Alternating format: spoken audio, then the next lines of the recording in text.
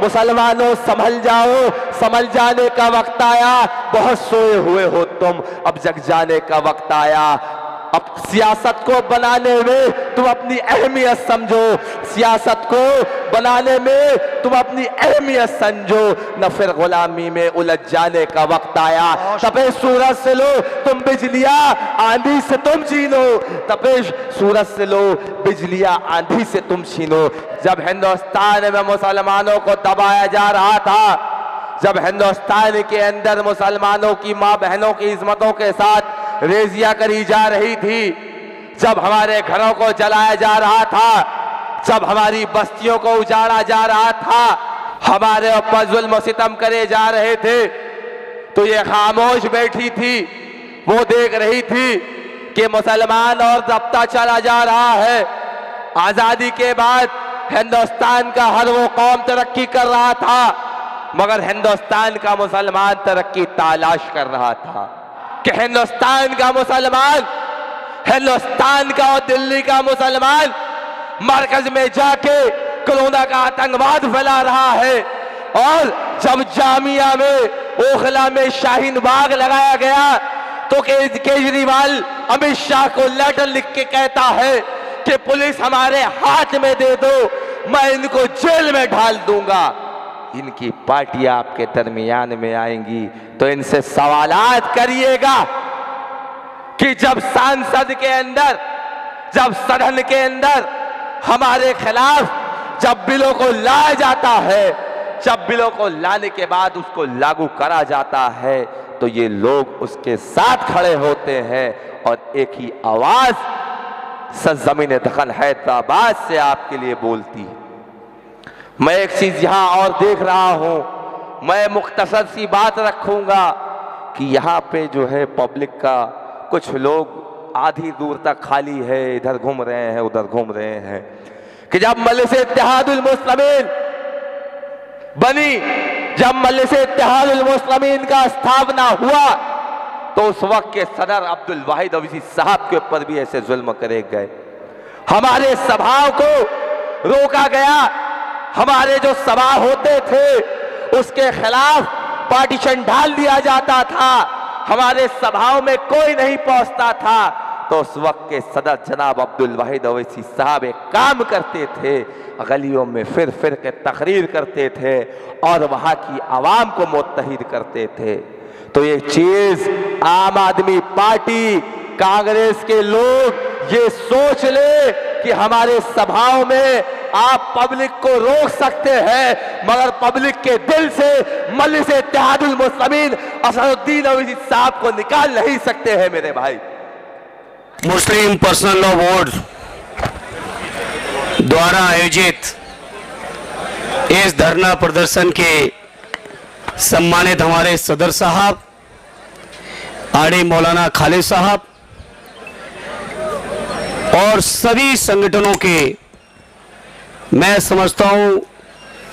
सभी हमारे सम्मानित पूरे देश में जितने बड़े बड़े पर्सनालिटीज हैं जिनसे मिलने के लिए लोग व्याकुल रहते हैं, आज वो सभी साहिबान आज हमारे मंच पर हैं। सभी हमारे सम्मानित साहिबान आरडी अवधेश प्रसाद जी सहित, चूंकि वो सीनियर बहुत है हम सबसे, सभी सम्मानित हमारे सांसदगण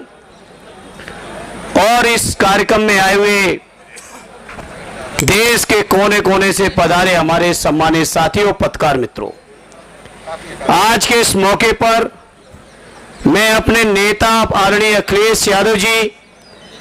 और अपनी पार्टी समाजवादी पार्टी की ओर से आप सभी को यकीन और विश्वास दिलाने आया हूं कि समाजवादी पार्टी आखिरी सांस तक इस बिल के खिलाफत में लड़ेगी। आपको यकीन और भरोसा और विश्वास दिलाना चाहता हूं। बिल के इंट्रोडक्शन से लेके जेपीसी से लेके जहां जहां तक ये बिल चला और जहां तक ये बिल जाएगा, चाहे संसद में दोबारा आए, चाहे न्यायालय तक जाना पड़े, हर स्तर पर समाजवादी पार्टी आपके हर फैसले के साथ मजबूती से खड़ी है साथियों। और आपको यकीन दिलाते हैं समाजवादी पार्टी को चाहे जितनी कुर्बानियां देनी पड़े, हमारे नेता आदरणीय अखिलेश यादव जी को चाहे जितने भी झेलना पड़ेगा, लेकिन इस बिल को हम लोग अपना बस रहते कभी पास नहीं होने देंगे। ये हम आपको यकीन और भरोसा दिलाते हैं। आप सबकी दुआओं से और आप सबके मेहनत से समाजवादी पार्टी आज इस हैसियत में है, आपकी कृपा से, आपकी दुआओं से, कि संसद को चैन से नहीं चलने देगी। अगर संसद में जबरदस्ती बिल आएगा तो ये सरकार की नीयत से आप सब वाकिफ हो। ये सरकार किसी भी तरह से जो हमारे मुसलमान भाइयों के, हमारे बुजुर्गों ने जो जमीनें वक्फ की हैं, चाहे इबादत गाहों के लिए की हो, चाहे शिक्षण संस्थानों के लिए की हो, चाहे कब्रिस्तानों के लिए की हो, चाहे समाज के और तमाम जरूरतों के लिए की हो, उनकी जो नियत थी वक्फ करने की जमीन की, उस नियत के खिलाफ जाके सरकार जमीन कब्जा करना चाहती है। सरकार को पता है कि रेल और रक्षा के बाद अगर सबसे ज्यादा कहीं जमीनें हैं तो हमारे वक्फ बोर्डों के पास हैं। ये बीजेपी के लोग जो देश के अंदर नफरत फैला रहे हैं, देश के अंदर लोगों को चैन से नहीं रहने देना चाहते हैं, देश के अंदर हमारे मुसलमान भाइयों के